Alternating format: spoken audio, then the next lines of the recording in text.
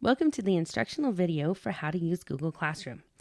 The very first step we're going to want to do when we're getting into Google Classroom is you're going to have to sign into your Google account. Go to www.google.com and you're going to get to this home screen right here for Google. And if you have never signed into your Google account before, there will be a blue sign in button in the top right corner. Click on that blue sign in button and you're going to enter your APS account. That is your email address at aps.edu. The students are going to use their student ID number at aps.edu. Everyone has a Google account at APS. You're going to want to sign in with the same password that you use to get into your email account. Once you are into your Google account, you're going to see an icon in the top right corner. I'm going to make sure that I am signed in using my APS credentials, and that's going to make sure that I can get into the G Suite apps. On the left, right next to my icon, is the icon for the Google Apps Launcher. We call that the waffle. I'm going to click on that, and that's going to give me access to all of the different Google accounts that we have at APS. Today, we're going to click on the Google Classroom icon to get into the Google Classroom dashboard. This is the Google Classroom dashboard. This is where I can create, archive, and manage all of my Google Classrooms that I have created. I'm going to create a brand new Google Classroom. Up in the top right corner next to the Google Apps Launch button is a plus icon. Click on that plus icon and you will have the option to join a class or create a class. Students only have the option to join a class from their dashboard. I'm going to click on Create Class and I'm going to give my classroom a name. Here's my advice for giving a class name in Google Classroom. If students are in a bunch of different classes and have a whole lot of different Google Classrooms, sometimes those classrooms can get confusing if teachers pick the same themes. So my advice is to make it a little bit easier to find your class is to include your name in part of the title for the Google Classroom. You can also include a section, a subject, and a room, and they are not required. Since most of us are teaching from our living rooms right now, I don't really want to put anything anyway. So I'm going to select Create down here in the bottom right corner, and it's going to create a brand new Google Classroom. It does take a little while to create a classroom. They are pretty intense, so there's a lot of parts. Once it is created, it's going to push me out into the main screen of Google Classroom, which is the stream option. In Google Classroom, it's going to put the title up at the top, and it's going to automatically pick a banner here in the background. Now, if you want to change this, there are two options in the bottom right of the banner. You can upload your own photo from the computer by selecting one off of your computer screen. When you select one of the pictures, Google is automatically going to pull out the colors in that image, and it's going to create the theme for your classroom. So here in a minute, it pulled out sort of this purple color. That is what Google Classroom themes do, is it's going to change all of the tab colors, the assignment icons, and all of the titles to match that banner color. So you can either upload your own photo or select a theme. Google Classroom already has created a lot of different banners in different categories: general, English and history, math and science. You can select any of these theme banner images. I think I'll select this one here that's blue. I'm going to go select class theme, and it's going to pull that background color out and change all of the different tabs and icons in Google Classroom to match that theme. Now that I've selected my Google Classroom theme, I want to look at the tabs up on the top. The first tab that I like to start with is the People tab. The People tab is where you can add co-teachers and students to your Google Classroom. A co-teacher can create assignments, add and remove students, and has a lot of the same permissions that the main teacher of the Google Classroom has. I'm going to go here to this icon that says Invite Teachers. I'm going to select that, and then I'm going to type in the name of the teacher that I want to add to Google Classroom. Google Classroom will automatically populate that name that it searches for at the aps.edu address. So I'm going to select this person, who is my colleague, Janae, and I'm going to select her as my co-teacher. I'm going to click Invite, and her name is grayed out right now because she needs to go to either her Google Classroom dashboard and accept being a co-teacher in the classroom, or she can go through her email. Now, adding students to a Google Classroom is very similar to adding a co-teacher. There are two different ways that students can be added to a Google Classroom. The first way is to click on the same icon to invite students as you did to invite teachers. When I click on the Invite Students icon, you can either type in the name of the student, I'm just going to type in a generic name, and you can search for them, making sure that the student ID number at aps.edu matches the student's name. Or you can search for the student ID number and it should pull up the student account. I'm not going to do that because we have a sample student that we are going to use to enroll in Google Classroom. This is ELS Student 1. I'm going to invite this student to Google Classroom. Notice down here on Invite Students, this student is grayed out because they've been invited. Now, APS email is not turned on for students. However, students can still get to their Google Classroom if they have been invited in this way. I'm going to switch my screen right now, and I'm going to slide over to this new screen. Anytime you see in this top right corner an E symbol, this E icon, this is going to be the student account. I am in the Google student account, and the reason that I know I am a student is because the icon of my teacher is here, right here in this corner of my Google Classroom. This is the Google Classroom that I just created and invited my L student to. There is a button down here that says Join. When I select Join as a student, it will automatically put me up into that first screen of Google Classroom, and I am now enrolled as a student in Google Classroom. I'm going to go back as a teacher, and you're going to see that that student's name is no longer grayed out, and that they have an email for their guardian.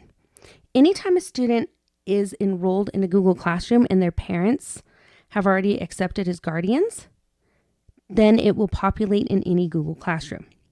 There is a second way to enroll students into Google Classroom. That is by using a class code. Now, if you have a Promethean board or a way to project the class code, this is a good way for students to get into Google Classroom. On the banner on the stream page of Google Classroom, there is a class code. Google Classroom automatically generates this code. When I click the box next to the code, I can display it larger. I can even push it one more time to display it really big. When students take this code, so I'm going to copy it and I'm going to go back to the student screen. When they are in classroom.google.com signed in with their APS credentials, they're going to click on that plus sign up in the top that we clicked on to create a class, and they're going to join a class. This is where students can put in that class code, and when they go to join, they're going to be automatically pushed into that Google Classroom and they will be enrolled as a student. I'm going to go back to the Teacher Google Classroom. I'm going to go back to the People tab. Now, if a student has been in Google Classrooms, sometimes their guardian email automatically gets populated, but the parents still need to accept. Now, to invite guardians who haven't been invited before, students will have an Invite Guardians link right here next to their name.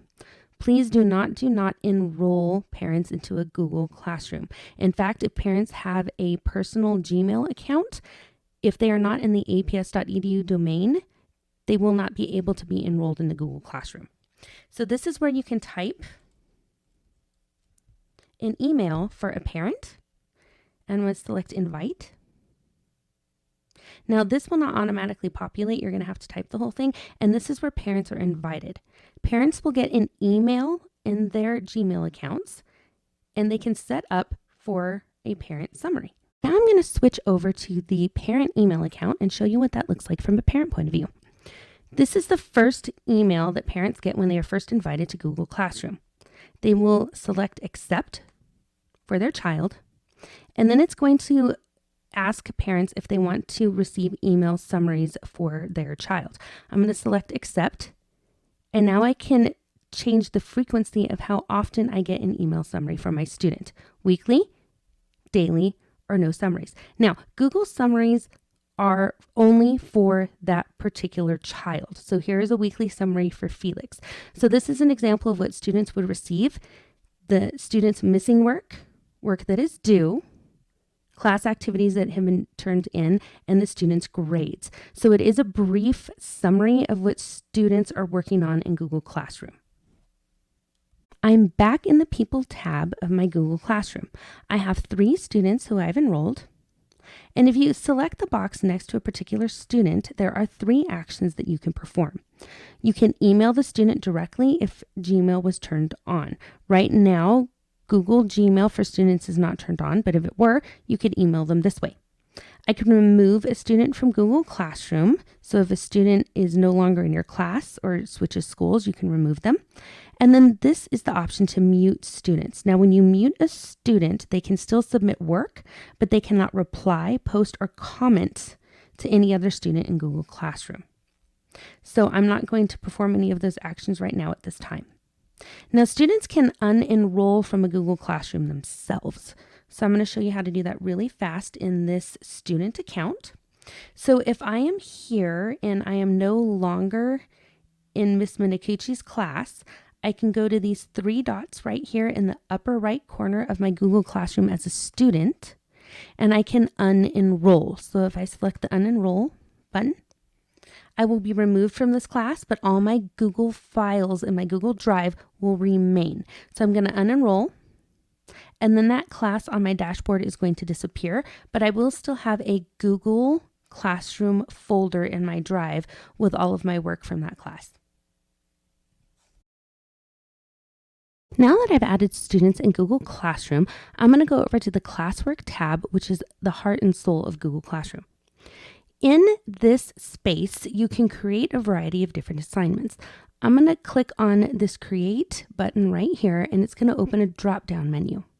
These are the different types of activities you can assign students in Google Classroom, and I will be going over them in detail in a little bit. An assignment is what gets turned in by students. Quiz assignments are created with Google Forms, and they are self-grading quizzes.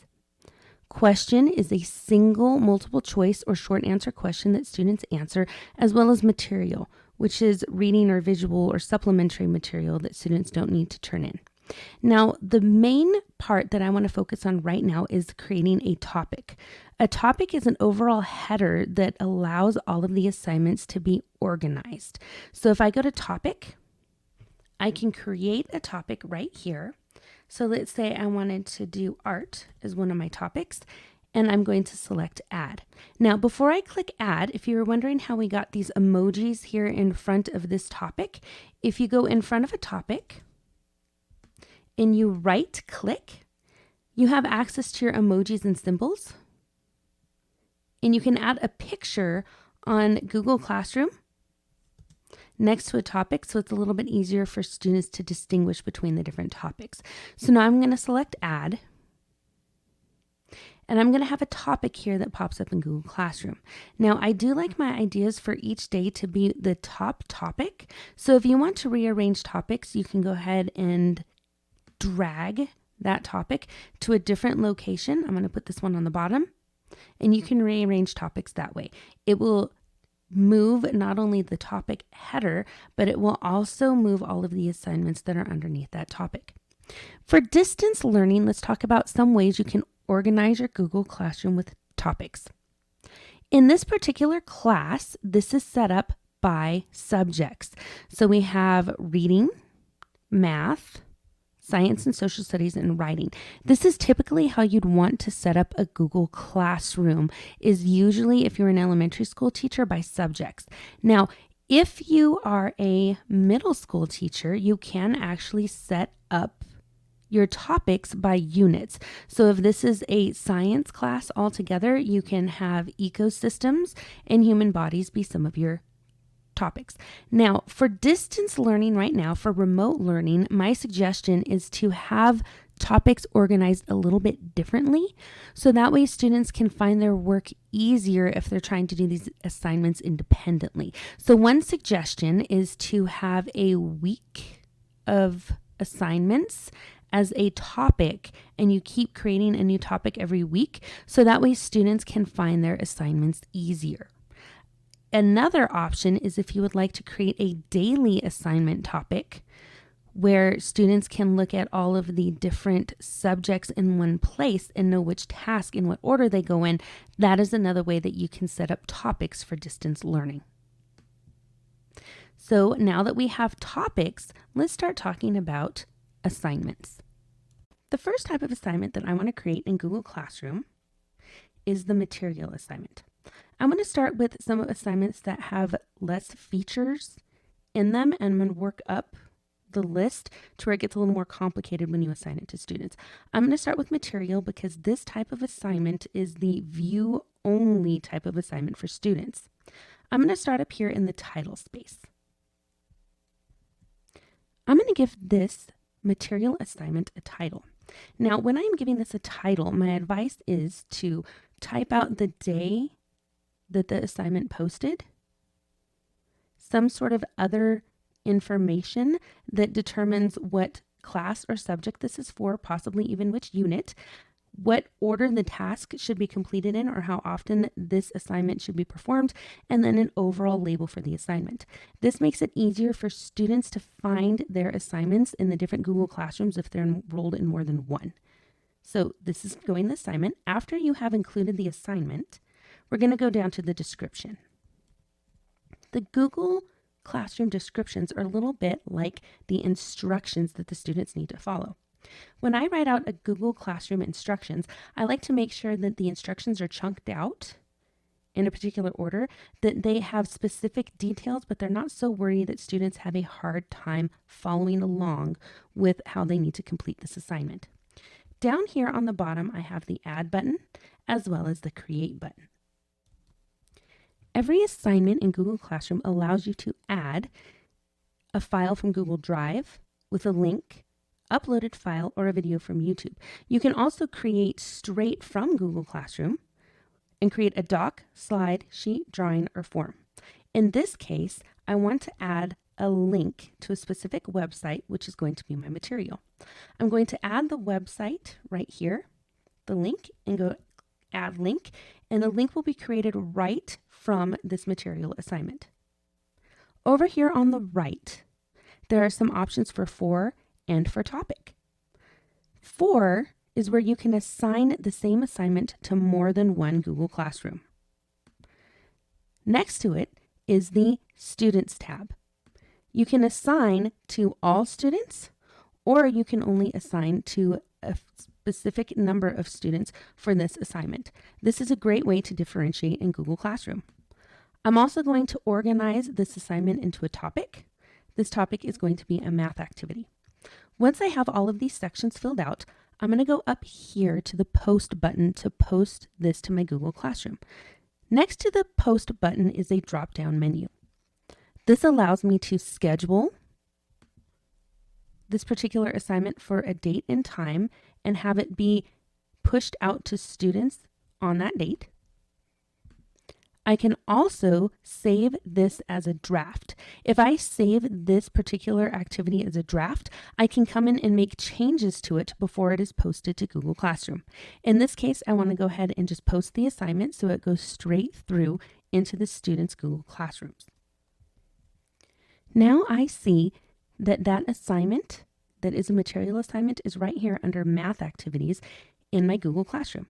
Now that I've posted a material assignment in Google Classroom as a teacher, let's see what that looks like as a student. I am in the ELS Student 1 account again. I'm going to start calling this Elle's account. I'll start channeling my love for Stranger Things. So this is Elle's account, and I'm going to go down to the Math Activities topic. In this topic, you can see that this material activity has posted. This is a grayed out icon. When students have already turned in assignments, the icons become grayed out. So students know to focus on the active icons that are still colored as the same color of the Google Classroom theme. The materials assignments are always automatically grayed out for students because this is only a view-only type of assignment. I'm going to click on the assignment and it's going to drop down all of the instructions, and I'm going to be able to click on this link that says View Material. Since this is a material assignment, all I can do is either look at attachments or follow links. There's nothing that I can turn in this actual assignment. The next type of assignment that I'm going to create back here in my teacher dashboard is the question assignment. Normally I would click on the question icon right here, but instead I already have a question that I made and I saved as a draft. So if you notice right here in my reading activities, I have a question assignment already created, but it is grayed out because it is saved as a draft right now. In order to go into an activity and edit it to post it when it's saved as a draft, you go to these three dots here on the right and you choose Edit. This is what the Google question looks like. Normally you can put a question up here on the top. I usually like to keep the same naming conventions here as the titles so students can find these a little bit easier. They'll know to recognize that this is the question icon. There are two different types of questions you can ask: short answer or multiple choice.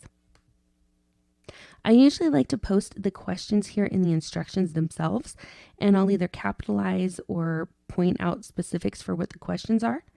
In this case, I want students to watch a video about beating the odds and answer these questions about the video.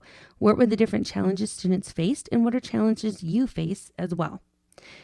In order to add a YouTube video, I'm going to go down here to the Add button in the bottom left, and I'm automatically going to select YouTube. You can search right from Google Classroom for a YouTube video. My advice is to make sure you have watched the YouTube video ahead of time though. Most of the time the videos are vetted for Google Classroom. They should not have any commercials or anything on them, and they shouldn't link out to anything else. But I would make sure to watch them all the way through so you know that that is the YouTube video you would like. This is the video that I want, so I'm just going to click it, and then I'm going to select Add. And the link for that YouTube video is automatically going to be added to this Google Classroom assignment. Over here on the right, I still have the ability to assign it to multiple classrooms as well as to different students. But now that this is an activity that can be graded, over here on points, I can keep this ungraded, or I can make this an activity that has specific points. I'm going to keep this as ungraded. I can select a due date now for when I want that activity to be due. That is different than the date when the scheduling up here, when it gets pushed out to students. I also have the ability to choose which topic I want this activity to fall under. Now this is important for Google Classroom questions that are short answer. You can check this box off and have students reply to each other's answers. I really like to keep this on because this is a way to make Google Classroom into a discussion space where students can discuss the different activities with each other. You can also select where students can edit the answers after they have submitted them. Once I am happy with how this is all set up, I'm going to go up here and select Ask, and then this activity is going to be pushed out to my students in their Google Classrooms. Now I'm back in Elle's Google Classroom as a student, so we can see what that question looks like from her point of view. So over here in the reading topic, I can see that there is now a live activity here that is a question. I'm going to click on that and I'm going to go to View Question. This is how students see questions in their Google Classroom. So in their Google Classroom, they can see that the YouTube video link is right here. They can read the instructions, and this is where they're going to type in their short answer. So in this case, how do you face different challenges? The student's going to type in their answer here and then select Turn In. Once that assignment is turned in, Elle can see other classmates' answers. So when I click on this little happy face icon here, I can go to all of the other student answers. In the question space, students can see each other's answers and they can reply to each other as well. The next type of activity that we're going to create as a teacher in Google Classroom is the quiz assignment. I'm going to click on the quiz assignment.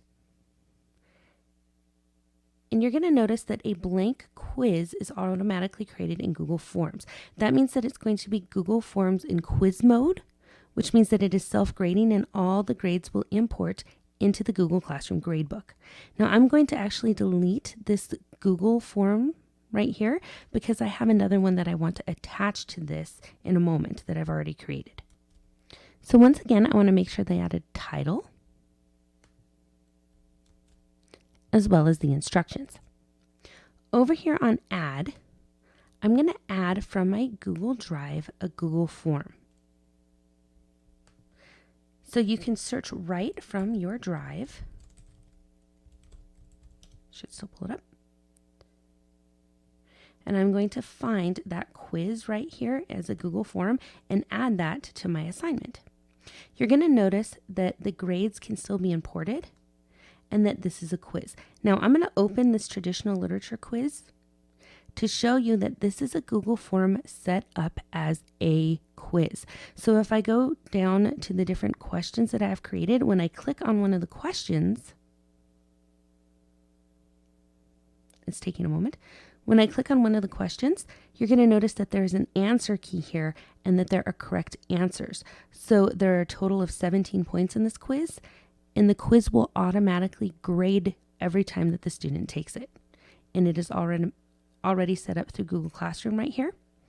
On the right, I have all of those same pieces filled out that I did previously in the question format, and I'm going to click on Assign to assign this to my classroom.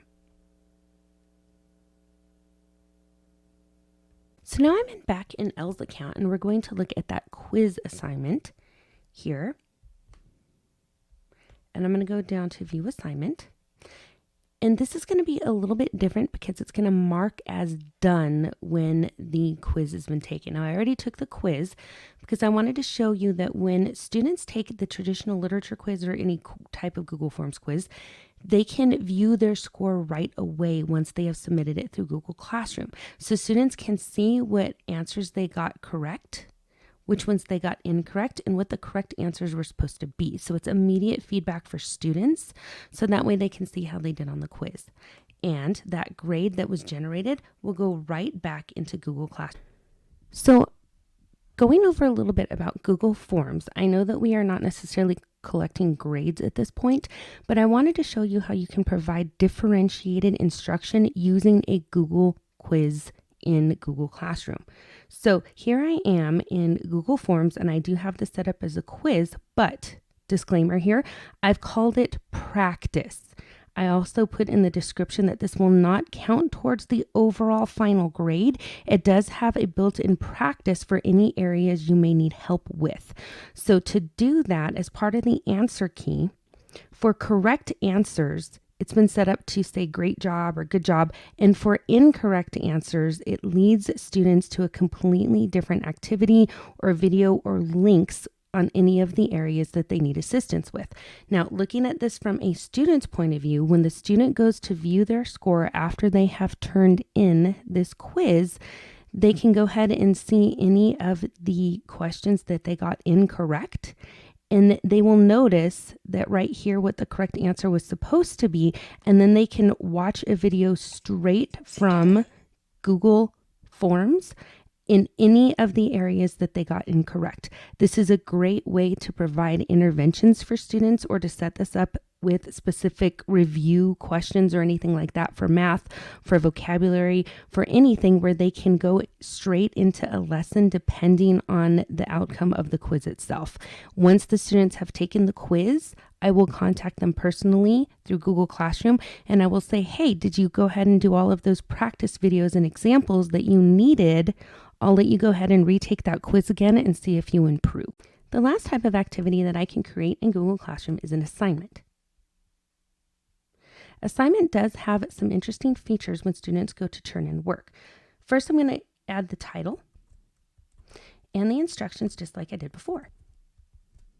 When I go down here to add or create, if I create a doc slider sheet, or in this case, when I add a template from my Google Drive, there's going to be some new options when you create an assignment. I have a template right here for a journal entry, and now you're going to notice there is a drop down with some new features. If you create an activity with an attachment where students can just view the file, that means students will only be able to see the file and do nothing with it. I can also Create Students Can Edit file, and this means that all students in the classroom can edit the same file. It is not an individual student editing, it's all students. This is great if you're creating a slide deck where each student gets their own slide, or if you're doing group projects. In this case, I want to make a copy for each student. It will push out a copy for each student, and students will be able to turn those in individually to Google Classroom. Over here on the right, I have the same structure as before. I'm going to create this in the reading activities topic, but there are two other options here in an assignment mode. I can create a rubric automatically here in Google Classroom for an activity that's an assignment. I can create a rubric, reuse a rubric, or import them from Sheets. In this case, I'm going to reuse a rubric that's already been filled out to show you what a rubric looks like in Google Classroom. I'm going to go to Edit View. You can set up criterion titles for each section and descriptions, as well as different criterion levels with points and descriptions for each. You can have as many criterion titles as you like. Once this is all set up, students will see this version in their Google Classroom of what the rubric looks like. The other option that you have in Google Classroom in assignments is Originality reports. We will in the future have a higher level of Google Classroom. Right now we can only have 3 of them, but Originality reports allow students to run 3 different Originality reports when they are turning in reports or research projects, where students will automatically be able to see, as well as the teacher, how much of a document has been plagiarized by anything that is pulled off of the internet. I'm going to go ahead and assign this journal activity to my Google Classroom. We're going to be back in Elle's account, and we want to look at what that activity is going to look like from a student point of view. I'm going to go down to the journal entry activity. I'm going to select View Assignment. Since this was created with a rubric, I have a drop-down option to see what that rubric criteria was, and in the top right corner, I'm able to access my Google Doc. Since there was a copy made for each student, this will automatically be named with my name as well as the name of the file itself. I can add the answers in all of the different locations. I'm going to fill out the answer for Monday. I've already done the other days for sake of time. And in the very top right corner of the doc itself, I have the ability to turn this in. I'm going to select Turn In, and that's going to get me to the other screen that was the assignment screen, and it's going to ask me if I for sure wanted to turn that assignment in. I'm going to select Turn In, and we're going to go back to the teacher view to see what that looks like when you've made a copy for each student. I'm going to go down to that journal entry. I'm going to go to View Assignment. When I view an assignment that was made where there was a copy for each student, on the left, it's going to show me assignments that are sorted by status, turned in or assigned. In the right, this is where each student's copy is going to be after it has been turned in. It is named for each student, and I have the ability to click on those. And when I do that, that's going to take me to another screen where I can grade from here and look at each student's entries. So right now, this is student 1's work, and I can scroll down and read all of the answers from student 1. That was L. And up here on the top, I can toggle between all of the different student work with these arrows.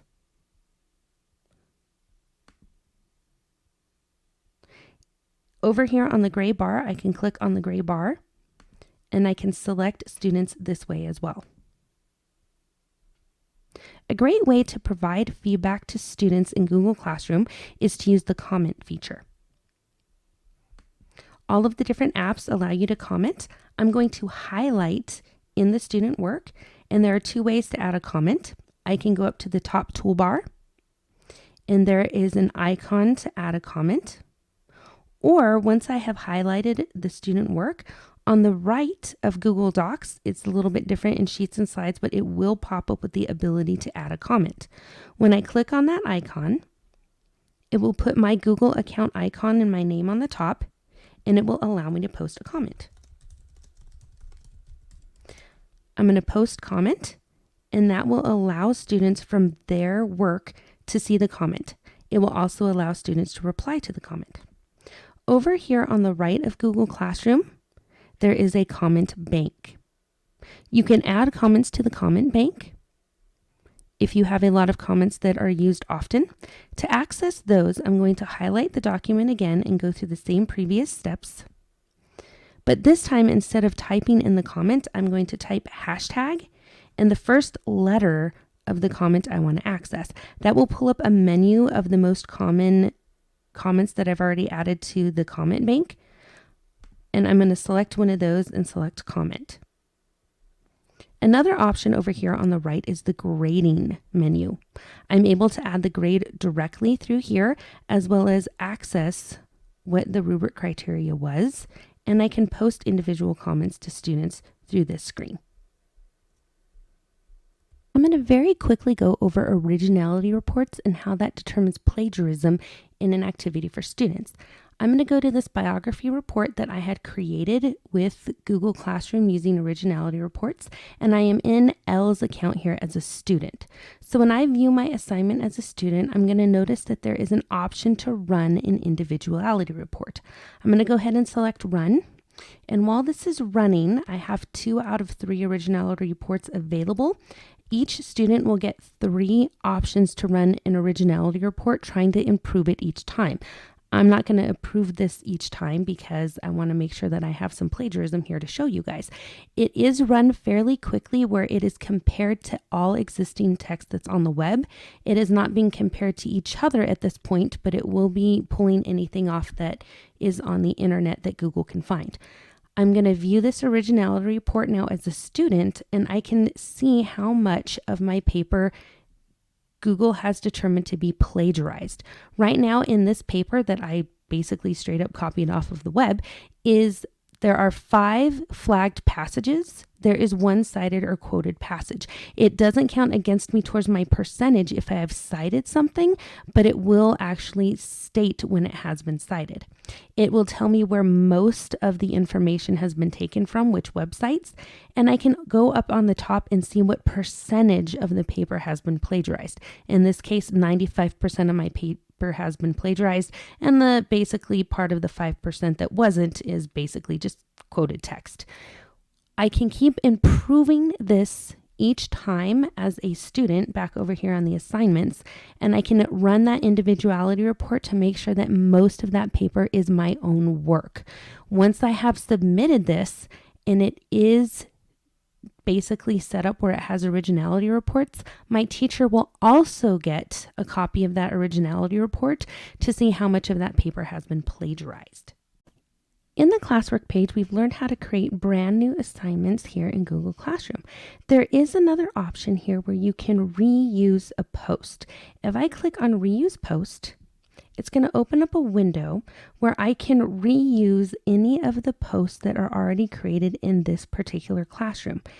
If I select the back arrow in the top left corner, I can go back to all classes and I can actually pick a different Google Classroom, even ones that have been archived, and I can find a lesson here in Google Classroom that I want to reuse from a different class. If I want to have new copies of all attachments, if I don't want them to be tied together, I can select this box here, or I can go ahead and select Reuse Post. It's going to pull up a screen and going to keep everything just like it was in the previous classroom.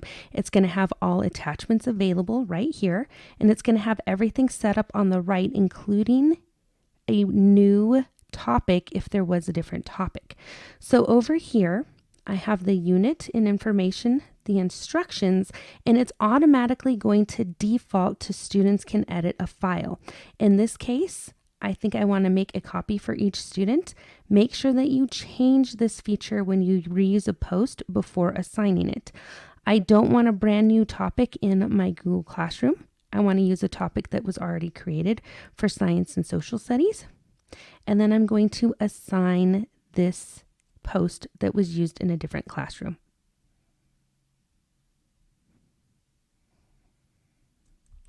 Now that assignment will be posted in this classroom. Now that we've gone over all of the assignments in Google Classroom, let's look at these icons on the Classwork tab. For every single Google Classroom that you create, you will automatically get a class drive folder created in your drive. So when you go to drive.google.com and you're signed in with your APS credentials, you will be taken to a folder that has all of your Google Classrooms in it. That folder should be labeled Classroom. And here is a list of all of my Google Classrooms that I've had and had created. If I go into one of those folders, I will see all of the different tasks that were created. And inside those folders, I will have copies of all of the students' work. This is where that work is housed. So when you make a copy for each student in an assignment, this is where all of those copies get turned into. So this is how Google Classroom functions. Please do not delete or move anything in these files because it can break that link into Google Classroom. Students will have a folder in their drives as well as their class drive folder. Please make sure students know not to do anything with those folders because the same rules apply. The other option here is the Google Calendar. If I click on the Google Calendar, when you go to calendar.google.com, there will be a new calendar created for every single Google Classroom that you create. So off on the left is a list of all of my classrooms. Over here, I have them checked off for all of the different classrooms. If you add something into Google Calendar for that particular Google Classroom, it will be posted in the students' Google Calendar for that classroom as well. So here I am in the Nunez Continuous Learning Classroom. If I create an activity here and I add it to that particular classroom and I save it, when I go into the students file under classwork, they will also have access to a Google Calendar. And in that Google Calendar, anything that is posted in the Google Classroom will also be posted for students to see it as well. So this is a good way to have due dates, important information, field trips, anything like that will post to that calendar in Google Classroom. Now, another feature that is not on here at the moment, but is brand new, is running a Google Meet from Google Classroom. So right here is where the Google Meet icon is going to be, but we're going to have to turn that on through Google Classroom. I'm going to go up to the top right corner where there is this gear icon. This is how you get to the class settings for your Google Classroom. For this particular classroom, I can change the name, section, room numbers, and then over here I can change some general settings. Underneath general settings, there is a new option for Google Meet. Now, the very first time that you want to have a Google Meet posted through Google Classroom, you're going to have to generate a Meet link. So I'm going to go over here and click on Generate Meet Link. And it's going to generate actually a nickname. The nickname is a little bit more secure for students. Google Meet codes actually have hyphens in them. So this is one continuous sort of list of numbers, so that would be considered a nickname. Now down here is how you make that icon on top of classwork visible to students. So when you generate a Meet link, it's automatically going to toggle on. You can turn that off. You can turn that on. I'm going to keep it on and select Save. Now, if you notice, up on the top of Classwork tab, there is now a Meet icon. If I go over to the students view, I'm going to get out of the calendar and go back to L. In the Classwork view, since I had turned that on, for students, L is going to have a Google Meet option. The way that this is configured right now is if a student through Google Classroom tries to use that Meet code, it will not be allowed to be used. It's going to say it's encountered a problem joining this video call. Students cannot get into the Meet without the teacher initiating it first. I'm going to go back to the teacher classroom. And when I create that Meet, it's going to use that Meet code. So you don't have to give the Meet code to the students. It's just going to toggle straight through Google Classroom. I'm going to turn off the camera and the microphone real quick. Hello. So that way we don't have some feedback. And if I go in there as a teacher now, It's going to use that nickname code, and it's only going to be able to be accessed from APS. I'm going to go back to the student view now. And previously where it said there was a problem encountering using that code, students are now going to be able to join. So now I'm in Elle's account, and it's going to be joining with that meet code right from Google Classroom. And I'm going to select join. And you're going to notice that the student can now get into that meet. Now, if I go back to the student view, so the teacher view, right now I see my student in the teacher view. I have the ability automatically to toggle the student's microphone off and on, and I have the ability to remove the student from this meet. Please make sure before you close out of a Google Meet for students that you remove all students from the meet until you're the only person left in the meet, and then you hang up from that Google Meet. The reason you're going to want to do that is to make sure that it's doubly secure, that students cannot access that Google Meet from Google Classroom. Now, the thing is that it is a little bit of a glitch. I expect it to be fixed soon, but if a student goes right to Meet right away, they still will be able to get into that Google Meet. So here's the advice, just to make sure that we are very secure in making sure students can't have a meet without the teacher, is to go back into that settings icon, go down to the Google Meet and turn off being visible to students. And I would also click on the link and reset that Meet code before each Google Meet is occurring. So when I hit save now, that Meet icon at the top of Classwork is going to disappear. The last tab that we're going to look at is the Stream tab in Google Classroom. The Stream is where a running list of information is kept for students. Anytime an assignment is created in Classwork, it is automatically posted to the Stream as a default.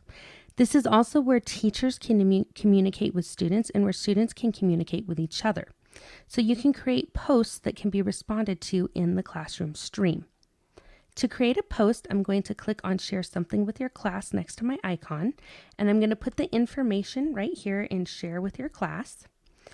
And I can send this off to multiple classrooms, as well as differentiate by students, just like assignments. I can add attachments from Drive, a link, a file, or YouTube. And I can also create a post right away, schedule one, or save one as a draft. In this case, I'm going to go ahead and post this to my students. Now, if I go back to the student screen,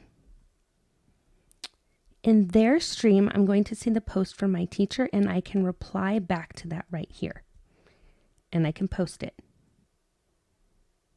Back in the teacher screen, that post is going to pop up. Now, if a student does post something that is inappropriate, you can go over to the right of that comment, click on the three dots, and you can mute that student. You can also delete that comment. So muted students can still see their work, they can submit it, but they cannot reply to classmates' work and they cannot comment or post on the stream. So I'm going to delete this comment and I'm going to mute the student. So the student will not be able to comment in Google Classroom. Now I can go back to people and I can unmute that student if I feel that student is making progress. But this is how you actually access the stream in Google Classroom. If during this time you want to change it where the activities are not constantly posted and just use the stream for discussions and conversations, we can change that in the classroom settings. I'm going to go back up to that gear icon in the right. I'm going to scroll down to General again. There are two different locations for the stream here in the General tab. Students can post and comment on the stream. I can also change this where students can comment only or only teachers can post or comment. I'd say in a distance remote learning situation for the continuous learning plan, I would make it where students can post and comment for each other. That way we can create this as a discussion space. The other thing is the classwork on the stream. Classwork automatically is set to show condensed notifications every time you post something in Classwork. I would change this right now to hide those notifications so all the assignments are not shown up on the stream. I'm going to select Save. And when I go back to the Google Classroom, you're going to notice that all of those assignments are not posted on the stream. I can save this for discussion. Now, a lot of teachers will put the classwork right here in the stream. It is a lot easier to manage through Classwork for students. It also helps create those email summaries, and it helps toggle over to the grade book if you would keep all of those assignments in Classwork and just keep the stream as a discussion space. I've gone over the 3 main tabs in Google Classroom that are available to both students and teachers: Stream, Classwork, and People. The last tab, Grades, is only available to teachers. This is the gradebook. Anytime an assignment, quiz assignment, or question assignment is created in Google Classroom, it will create an activity here in the gradebook. If you hover over the title, you can see the full title of what that activity was. If I click on the title itself, it will take me over to that screen where I can view the assignment. I can look at all the assignments that were turned in by students. Since this was a Google quiz created with forms, I can import the grades right over here, and they will automatically be imported into my gradebook. All of the students are listed on the left, as well as their overall percentage of their grade. If I go over to the right, I can add a grade right here next to the students under the header of each assignment. When I put in the grade, there are also some options here on the right of this cell. If I go onto the right, I can return the assignment, or I can view my submission right from this box and go straight to that student's submission when they turned it in through Google Assignment. I can also input the student's grade from this screen. All student grades are saved as draft mode until you're ready to either click on the 3 dots next to the grade to return the assignment to students to make sure that they are notified of their grade and it's entered permanently in the gradebook, or for each activity, up on the top, if I go to the 3 dots next to the title, I can return all grades to students. If I scroll over to the left,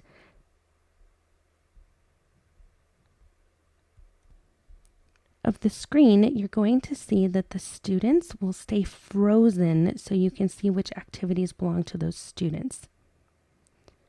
Once all of the grades have been saved in the gradebook, students will be notified in their Google Classroom of their overall grade, and they'll be able to see their assignments in Google Classroom.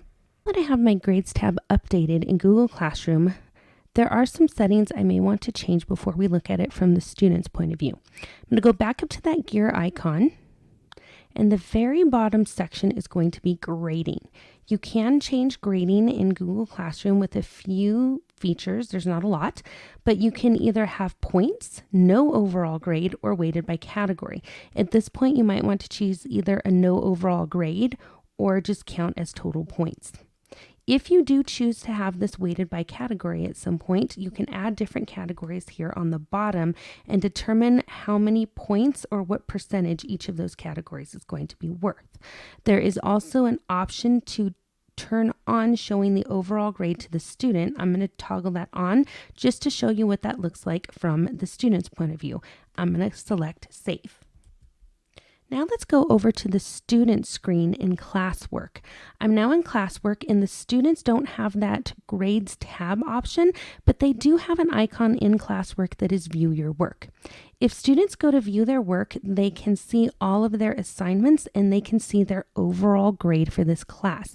This is why some teachers choose to create classes for subject, even if they teach elementary school and they have a bunch of different subjects. It's kind of up to you how you want to organize that. On the left of the student screen, I can see all of the assignments that I have assigned to me that I have not turned in yet. I can see all of the assignments that have been returned to me with a grade for this classroom and my grades, and I can also see which assignments are missing that I did not turn in by the due date. We've now covered all the items in an individual classroom, but now let's look how to see items in all of the Google Classrooms. If I go over to the top left icon, it looks like 3 lines, we call that the hamburger. I have the ability to go to all of my Google Classrooms. That's the home tab for that dashboard right here. I can also go to Google Calendar, and I can go to individual Google Classrooms here on the left. I can see which classrooms I am teaching in and which ones I am enrolled in as a student. This is also where I have a to-do list. If I click on that to-do list, I can see all of the assignments created in all of my Google Classrooms at one time. I can see the title of the assignment. I can see how many students it has been assigned to and how many of those assignments have been turned in. I can also toggle between the assignments I need to review and ones that have been reviewed. I can select particular classes right here in this drop-down menu and look at those activities very, very quickly. Going back to that list on the left, I can scroll all the way down to my Settings tab. The Settings tab is how you manage notifications for your classroom. Every single Google Classroom activity that you create in Classwork will create an email notification. This is where you can toggle those on or off. Right now, I have all of the email notifications toggled off. You have email notifications for comments, classes you teach. You can also toggle those off and on for each different particular classroom that you are a classroom teacher in. Right now, I'm going to toggle all of those notifications off. I'm going to go over to the student screen now and show you those options as a student. They also have those 3 lines up in the top left where they can see all of the Google Classrooms they are enrolled in, and they also have a to-do list. Their to-do list is a little bit different, but they can view all of their assignments from all of their classrooms in one space. This is why we recommend to put the post date and to really title that activity well in case a student wants to use this screen to work through assignments. They have all of the assignments that they have to do, and also a list for all of the assignments that are turned in, and they can see their overall grade in all of their Google Classroom assignments. In this menu right here, students can also go to Settings and turn off and on email notifications that they receive. Students in APS do not have email turned on, but if they have the Google Classroom app, it will still send them notifications. Going back to the classroom screen, let's go up here to Settings in the 3 dots, and I'm going to go back to that class dashboard. This is how you get rid of a Google Classroom. Up in the very top right corner of a Google Classroom, if you no longer want a classroom, you can move it, edit it, copy it, or archive it. Now, to get rid of a Google Classroom, you're going to want to archive it. My advice is if you want to create a classroom that is very similar for the next year, I would create a copy of that class. When you create a copy of the class, it will create a copy of all of the activities, instructions, and attachments, and will save them all in draft mode, but it will not have any students assigned to them. So I would create a copy first. Once that copy is made, I would archive that previous class. When you archive a class, you can still see this in your Google Classroom menu, and all class files will remain in Google Drive still in that Google Drive folder.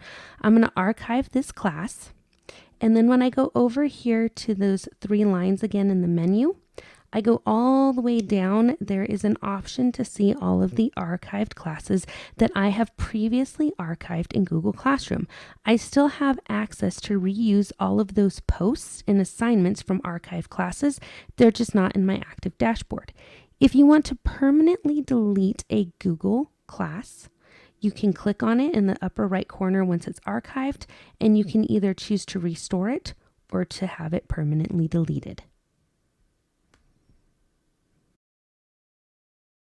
I'm going to show you now the Google Classroom app on my phone.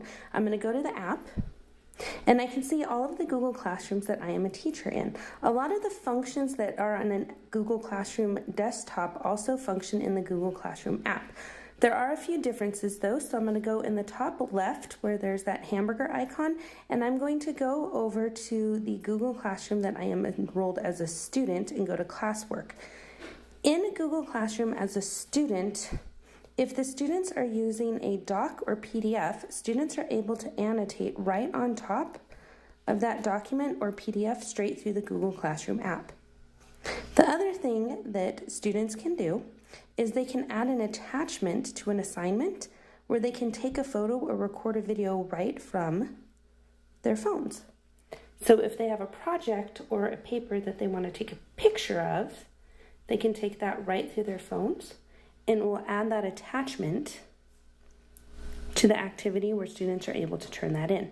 Now I'm going to go back to a Google Classroom where I am a teacher, and you're going to be able to see that if I go to the People tab, up in the top right corner there is an icon with 3 boxes and a triangle. This is a student selector that is available on the app version. I can have a random student selector where I can pick any students straight from the app. Now that you've gone through Google Classroom and you're going to be an absolute expert, I'm going to share some ideas for creating Google Classrooms that you might not have thought about before. One idea is to use Google Classroom in a flipped format. That means that you have the classwork that has all of the information in video form or an activity form right here, so that way students can go home and they can have access to Google Classroom, watch all of the content at home, and then when they come into class, they're going to be able to do experiments or have classroom discussions. Another Google Classroom that I used to like to create was a beginning of the year classroom. I used this classroom where I would house all of the important parent forms that I knew had to be gone over with students and signed by parents. I could also set up the different first days of school that would have getting to know you icebreakers, activities, as well as expectations and classroom rules. So that way I'm not always reinventing the wheel. It was just a classroom for the very beginning of the year. And then once we went through all of that and got to know each other, I would disenroll the students out of the classroom and put them in the regular content Google Classroom. Another Google Classroom that I had created was a book club. Students loved having reading homework, just reading at night, but this took it to the next level by creating discussion questions. Anytime we switch genres of literature, students can read whatever book they wanted, but the activities would be where students could have discussions about their books, and they can communicate with each other and have an open place for part of their homework. There weren't any due dates or anything. It was just if students noticed something in the book that they were reading, they can add that through the discussion in Google Classroom.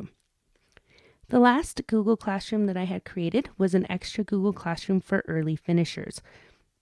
I created a Google Classroom that had topics by subject since I did teach elementary school, but under each of those topics I had a running list of activities that students could select from if they were finished early in a specific subject. Students automatically knew that if they finished early, they didn't have to ask me what to do next or what they should do. They would just go to the early finisher Google Classroom in their dashboard. They would head into that space and they could go to any of these activities and complete them. Once they completed them, they would need to go on to a different activity, so students would constantly get practice, and it was great to keep updating it throughout the year. Really glad that you could join me for this Google Classroom tutorial and instructional video. Make sure to contact us at edtech@aps.edu if you have any questions, and thank you so much for learning with me.